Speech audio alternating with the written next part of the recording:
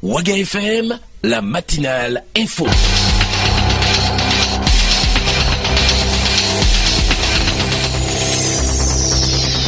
Excellente journée d'écoute radiophonique à toutes et à tous. Bonjour mesdames, messieurs, bienvenue au journal sur Waga FM. Voici l'essentiel.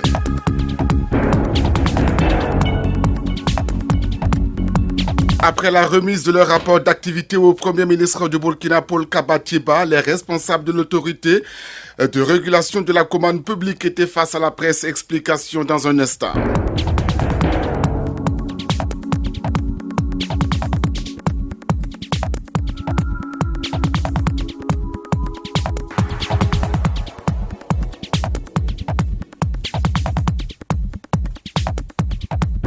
Les élections consulaires, c'est pour bientôt et les acteurs donc peaufinent leurs différentes stratégies. Nous irons à Ouagadougou et aussi à Bobo Dioulasso pour comprendre ce qui se passe.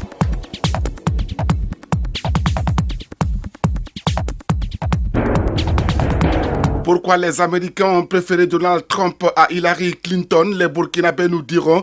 Ce sera à travers un micro-trottoir que nous avons réalisé dans la ville de Ouagadougou. Une fois de plus, bonjour et bienvenue.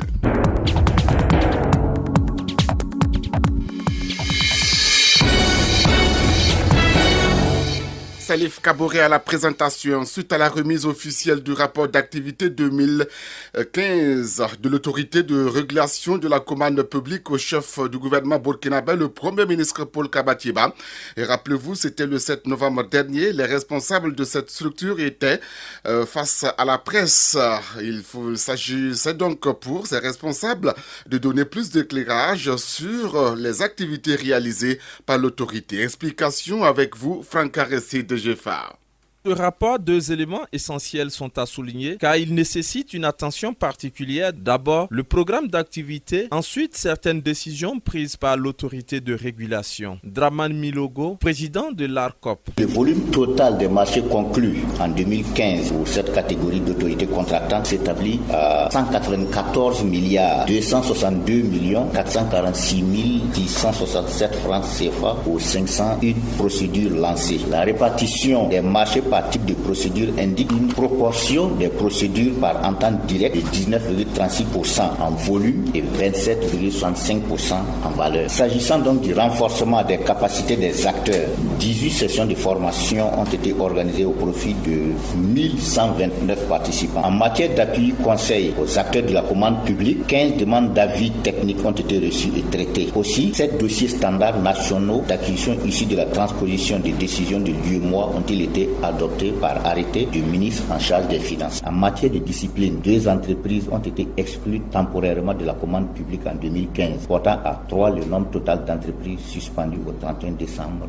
2015. Au-delà de ces deux éléments contenus dans ce rapport, la complexité du processus des marchés publics et des irrégularités constatées très souvent dans la passation des marchés, des résolutions ont été formulées. Draman Milogo. Mettre en œuvre les diligences nécessaires pour la mise à jour du SIMPE pour prendre en compte les nouveaux dossiers standards nationaux d'aide. Aux autorités contractantes de prendre en compte le passif des marchés consolidés dans le budget N+1 afin d'éviter les incidents liés au paiement. Aux acteurs de la commande publique d'adresser leurs demandes d'avis portant sur les procédures en cours à la DGCMF et de saisir l'ARCOP lorsqu'il s'agit d'un éclairage sur une disposition déterminée de la réglementation pour éviter les pertes de temps liées à la confusion sur la structure habilitée à donner conseil conformément à la séparation des fonctions de contrôle et de régulation. En plus de ces recommandations contenues dans le rapport d'activité 2015, nous réitérons les recommandations des rapports précédents qui sont toujours d'actualité.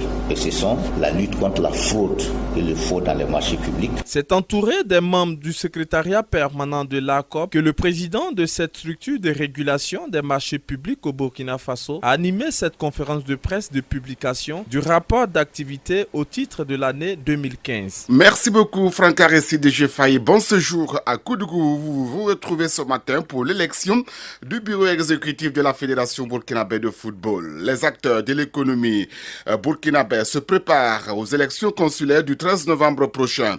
Comment représenter le secteur de l'énergie à cette élection? Les acteurs du secteur ont animé une conférence de presse et c'était le mardi dernier en présence de Olivier Koufi et de Salamatou Badini. Voici Le reportage. Journaliste et communicateur pour les énergies renouvelables et le développement durable GED estime que le secteur de l'énergie n'est pas représenté aux élections consulaires du 13 novembre prochain. C'est dans ce sens qu'ils soutiennent les candidats de ce secteur à ces élections. Salia Sanou, un des candidats, décline ses priorités. L'association des professionnels en énergie télécom du Burkina Faso est une jeune association qui a vu le jour en avril. Et cette association se donne en tout cas comme objectif la promotion des énergies et télécoms au Burkina Faso. Et également faire la promotion des acteurs de l'énergie au Burkina Faso et des télécoms également. Et aussi accompagner les politiques énergétiques au Burkina Faso. Alors lors de la conférence, nous avons donc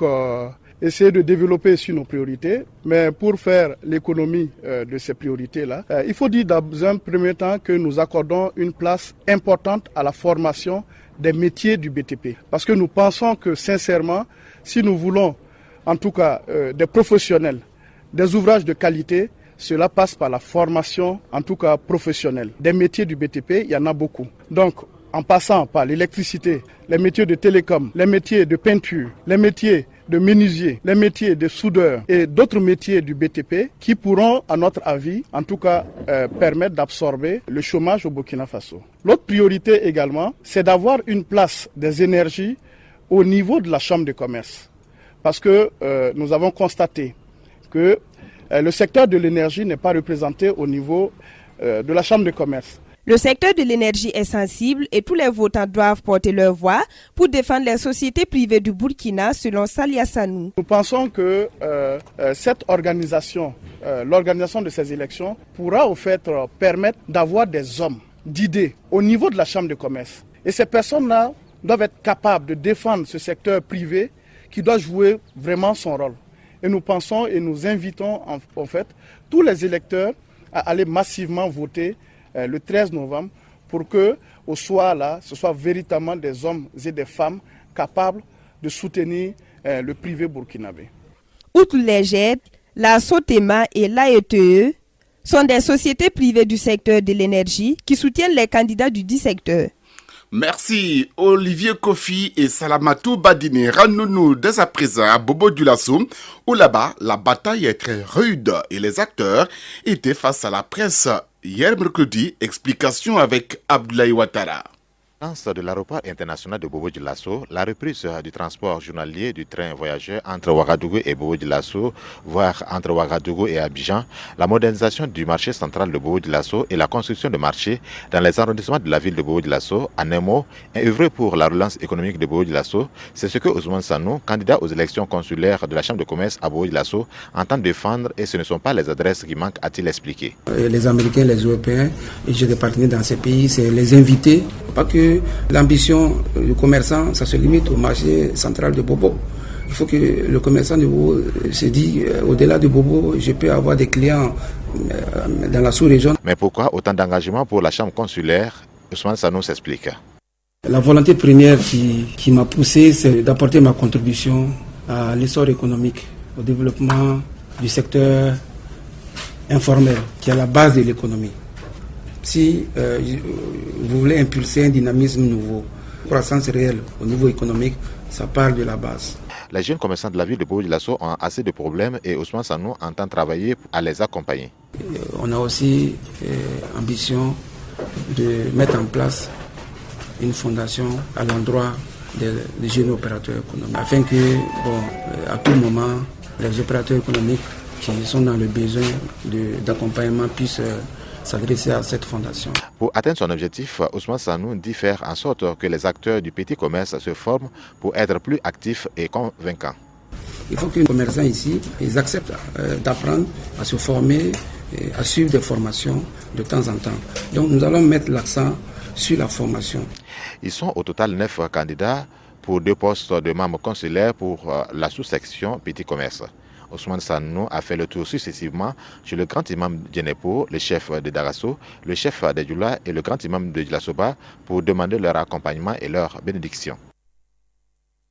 Merci Abdoulaye Ouattara pour toutes ces explications et bonne journée à Bobo-Dioulasso. 7h passées de 10 minutes ici à Radio Waga FM. Le ministre des Infrastructures vient en soutien au ministre de l'Éducation nationale de l'alphabétisation à travers un don de matériel à la première promotion des élèves en topographie du lycée technique national Aboubacar Sangoulé Lamizana à Ouagadougou. Ce don a été remis le mardi dernier. Explication avec Aimé Sawadougou. Les élèves en formation de topographie du lycée technique national Aboubacar Sangoulé Lamizana ont désormais du matériel pour devenir de futurs très bons géomètres topographes. Et cela grâce au geste du ministre des Infrastructures, Éric Bougouma. Ce dernier justifie son acte au cours de cette cérémonie. Ce qui a motivé la remise du matériel topographique au lycée technique Sangoulé Lamizana aujourd'hui, c'est d'abord la synergie gouvernementale. D'abord la vision du gouvernement qui consiste à dire que non seulement la qualité de l'enseignement technique et professionnel dépend des hommes, bien sûr, mais dépend aussi des équipements. Le ministre de l'Éducation nationale et de l'alphabétisation, tout en saluant l'action du ministre des Infrastructures, rappelle aux élèves que leur priorité reste les études. Jean-Martin Koulibaly. Alors, vous savez que c'est aussi la rentrée, donc le ministre de l'Éducation que je suis ne peut pas ne pas dire un mot sur la rentrée. Et le mot que je voudrais dire, c'est d'abord un mot qui s'adresse à vous les élèves. Vous avez vu ces illustres personnalités qui sont là. Vous êtes à l'école pour apprendre, il faut vous consacrer à ça. Les difficultés ne manqueront pas, même si on met toutes les ressources à votre disposition. Si vous n'avez pas envie d'apprendre, les enseignants feront ce qu'ils pourront, le matériel sera là, mais ça ne produira pas la compétence dont notre économie a besoin. Le proviseur du lycée technique national, Aboubacar Sangoulé Lamizana, se réjouit de cette action et affirme que ce matériel leur permettra de mieux former les techniciens. Bien, c'est des sentiments de grande joie, parce qu'en réalité, nous sommes des techniciens et qui parlent de technique, parlent de matériel technique, parlent de matériel didactique. Et c'est ce que nous venons de recevoir aujourd'hui en grand nombre et en qualité. Donc c'est pour ça que nous nous réjouissons et c'est pour ça que nous sommes sûrs que ça va nous permettre en tout cas de booster le système dans le bon sens, dans le sens de la professionnalisation et dans le sens de la compétence et de la qualité. Estimé à plus de 50 millions de francs CFA, le matériel remis est composé entre autres de trépieds, de cannes porte-prises, de mires, de jalons et de crapauds. Merci Aimé Sawadougou pour cette explication. Créée au cours de l'Assemblée générale constitutive du 29 janvier 2010, la Fondation Joseph Kizerbo pour l'histoire et le développement endogène de l'Afrique a été reçue en audience hier mercredi 9 novembre par le Premier ministre Paul Kabatieba. À l'issue de cette visite, les responsables se sont prêtés aux questions de la presse. Voyons les détails avec Sita Bansi et Salamatou Badini. L'occasion de la commémoration du 10e anniversaire du décès du professeur Joseph Kizerbo, que les membres de la Fondation Joseph Kizerbo ont rencontré le Premier ministre Paul Kabatieba. Françoise Kizerbo, administratrice générale de la Fondation, nous livre plus de précisions. Son Excellence Paul Kabatieba a accepté le patronage de ces cérémonies commémoratives. Il était donc de notre devoir de venir lui donner les informations irrelatives et recueillir ses avis, ses conseils. Il nous a rassuré du fait que la pérennisation de l'œuvre de Joseph Kizerbo, qui s'est investi pour son pays natal et le Burkina Faso et l'Afrique, son continent qu'il a aussi tant aimé, est un devoir pour chacun d'entre nous. Convaincu de la nécessité de pérenniser l'œuvre du professeur Joseph Kizerbo en s'inspirant de son engagement en faveur d'une recherche d'action endogène et du dialogue entre les cultures, Françoise Kizerbo invite à lui rendre hommage. Joseph Kizerbo nous a quittés le 4 décembre 2006. Donc la Fondation prépare la commémoration de son 10e anniversaire posthume et nous pensons que ce 10e anniversaire posthume-là est une occasion pour que chacun d'entre nous qui doit se considérer comme africain, africaine, soit une valeur ajoutée comme il a dit. Et nous vous invitons à venir communier avec nous au cours de cette commémoration-là. L'Afrique a une histoire, une d'identité, un rêve d'unité et de prospérité dans un monde sans cesse plus globalisé. La Fondation Joseph Kizerbo entend contribuer au progrès de l'Afrique par la promotion de l'éducation et de l'intégration. Merci Salamatou Badini et Sita Bansé. Activité reportée pour le styliste burkinabé Bazemse. Ce report a été expliqué à la presse. Voyons les détails avec Estelle Gebrey. Le but de promouvoir la mode africaine et burkinabé en particulier, cette manifestation à caractère glamour se déroule chaque année. Pour les promoteurs, il faut relever le défi communicationnel en vue d'étoffer la face de la nation de nouvelles perles de la mode. Sébastien Bazemo alias Bazemse. C'était par manque de communication parce que c'est vrai que les partenaires nous ont répondu un peu tard et on trouvait que pour nous, faire une communication en 4 jours, c'était un peu trop peu. C'est comme si on commençait maintenant, c'est comme si c'était la première édition de Folie de Mode, alors que nous sommes à la 8e édition de Folie de Mode. Et je pense que la 8e édition de Folie de Mode a besoin de plus de communication. Les gens ont besoin de se préparer pour l'événement Folie de Mode. Donner une vue plus large et plus homogène de l'art vestimentaire, les promoteurs de cette édition en ont fait leur leitmotiv à travers des innovations. Bazemse, promoteur des Folies de Mode. Au rond-point de la Padoie, déjà, vous aurez tous les grands stylistes qui vont défiler. C'est pas des jeunes créateurs qui vont défiler. Tous les stylistes invités vont présenter leur création sur le grand rond-point de la Padoie. La population qui n'a jamais vu un défilé de mode, qui ont toujours vu ça à la télé, verront le défilé de mode, verront les mannequins en live, verront tous les présentateurs, les présentatrices venues d'ailleurs et d'ici, verront tout en live. Donc c'est pour dire que Folie de Mode, que ce soit au rond-point de la Padoie, que ce soit à la salle polyvalente de Ouagadougou, c'est les mêmes stylistes, les mêmes présentateurs qui vont présenter. Précédemment prévu pour se tenir du 11 au 12 novembre, Folie de Mode est prévue pour se dérouler sur 48 heures les 17 et 19 novembre prochains et réunira plusieurs pays d'Afrique et d'ailleurs. Et à cet effet, des défilés de mode, des expositions, ventes et prestations d'artistes vont ponctuer l'événement. Merci beaucoup, mademoiselle Gebrey. En bref, selon le site lefaso.net, les habitants de la zone de Tampu vivent de graves difficultés de communication depuis quelques jours à cause des travaux de l'échangeur du Nord. Le dynamitage du pont de Bascu aurait entraîné des ruptures de câbles téléphoniques. Le Burkinabé Lassina Zerbo a été réélu le lundi dernier pour un second mandat de 4 ans au poste de secrétaire exécutif de la commission préparatoire de l'organisation du traité d'interdiction complète des essais nucléaires. C'était à Vienne, en Autriche. Et puis un mot de sport, du cyclisme, où les cyclistes vainqueurs du Tour du Faso 2016 ont présenté au président du Faso, Rochmar Christian Kaboré, le maillot jaune arraché de haute lutte. Le chef de l'État burkinabé a félicité et encouragé les cyclistes. Il leur a promis que des mesures seront prises en fonction des moyens pour leur permettre de défendre leur performance au plan national qu'international.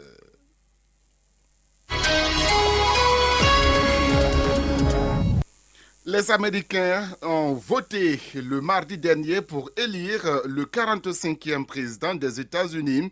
Le candidat du parti républicain Donald Trump a gagné l'élection face à Hillary Clinton. Qu'en pensent certaines personnes dans la ville de Ouagadougou? Suivez ce micro-trottoir réalisé par Salamatou Badini.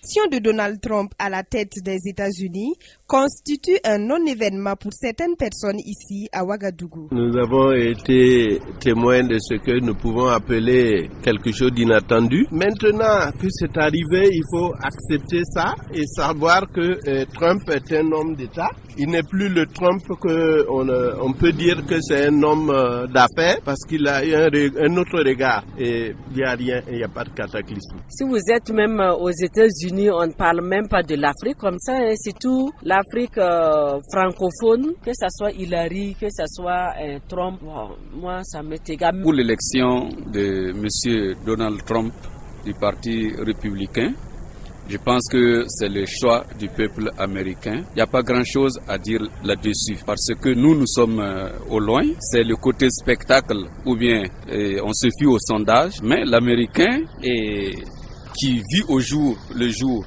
les réalités américaines sait ce qu'il veut et il a décidé. Tout ce que nous pouvons dire, c'est de souhaiter bon vent au peuple américain d'abord et particulièrement aux nouveaux élus. Pour d'autres, Hillary Clinton était la bienvenue. Avec Donald Trump à la tête des États-Unis, tous les pays devraient être sur leur garde. J'avais souhaité que Clinton passe. Au-delà de ce que j'ai pu prendre comme note durant la campagne, il ne m'a pas du tout convaincu. Et vraiment, dans cette mondialisation-là, on ne devrait pas stigmatiser un certain nombre de races. Je pense avant tout que ça fait peur.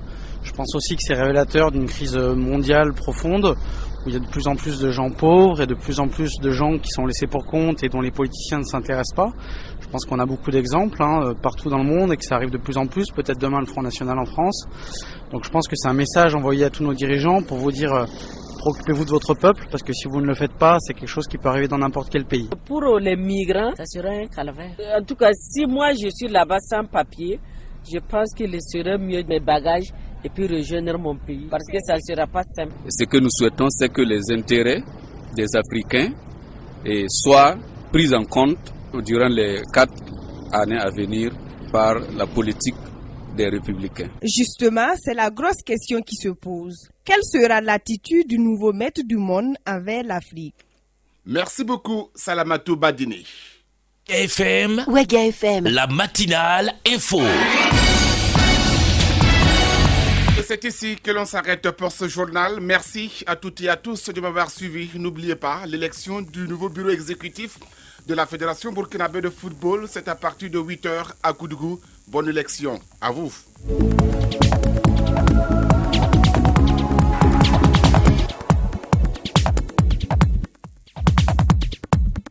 Dans quelques instants, vous avez rendez-vous avec la revue de presse. À la demi, la pause commerciale.